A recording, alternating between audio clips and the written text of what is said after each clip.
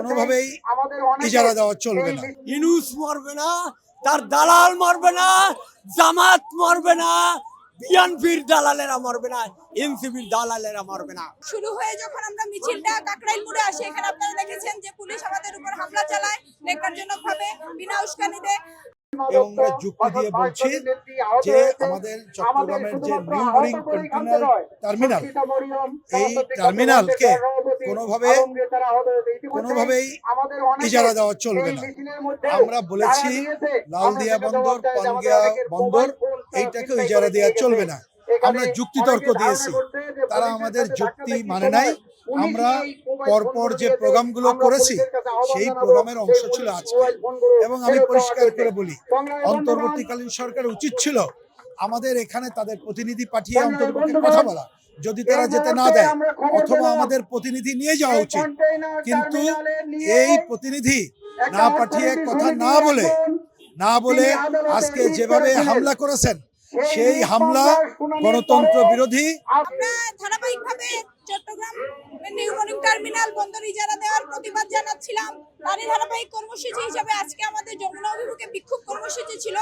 সেই বিক্ষোভ কর্মসূচি প্রেস ক্লাব থেকে শুরু হয়ে যখন আমরা মিছিলটা কাকরাইল মোড়ে আসি, এখানে আপনারা দেখেছেন যে পুলিশ আমাদের উপর হামলা চালায় ন্যাক্কারজনকভাবে, বিনা উস্কানিতে। আমরা আসলে গণ অভ্যুত্থান পরবর্তী সময়ে এরকম জনমানুষের আন্দোলনে, দেশ রক্ষার আন্দোলনে এরকম পুলিশের ভূমিকা খুবই ন্যাক্কারজনক। আমরা এটা ধিক্কার জানাই এবং আমরা মনে করি যে গণ অভ্যুত্থানে পুলিশের ভূমিকাকে কেন্দ্র করে পুলিশ যেভাবে বিতর্কিত হয়েছে, জনগণ থেকে দূরে সরে গেছে, আজকের ঘটনার মধ্য দিয়ে সেটারই পুনরাবৃত্তি হলো। এবং আমরা বিভিন্ন সময় এই সময়ে দেখেছি যে অন্তর্বর্তীকালীন সরকারের নির্দেশে এই পুলিশ বাহিনী একই ধরনের ভাবে বিগত সময়ে যেরকম ফ্যাসিস্ট সরকারের আমলে জনগণের উপর হামলে পড়তো, জনগণের অধিকারের বিরুদ্ধে কথা বলতো, আটকে দিত, সেই জায়গার ভূমিকায় পুলিশ এখনো আছে। আমরা তাদেরকে সেই জায়গা থেকে সরে আসার আহ্বান জানাই। কক্সবাজার, লালদিয়ার চর, Mongla port, Saint মার্টি, Chittagong port, সে ইউরোপিয়া ইউনিয়নের কাছে ইজারা দিয়েছে এবং সেন্ট মার্টি সেখানে ঘাঁটি দেবে আমেরিকা। এই জন্য ওইটা বাতিলের জন্য আমরা এই জায়গায় শান্তিপূর্ণ মিছিল করে আসছি। কিন্তু তার পরিপ্রেক্ষিতে আমরা দেখলাম সে আমাদের যে মহিলা আছে, মেয়ে লোক, সে পুলিশে লাঠিচার্জ দিয়া তাদের 50 জন আহত করছে। কিন্তু সে তো পারতে মহিলা পুলিশ দেয়, সেটাও সে দেয় না। এবং তার তো সে পরের বিষয় নয়, সে অন্তর্ভুক্তকালীন সরকার, সে নির্বাচন দিয়ে সে চলে যাবে।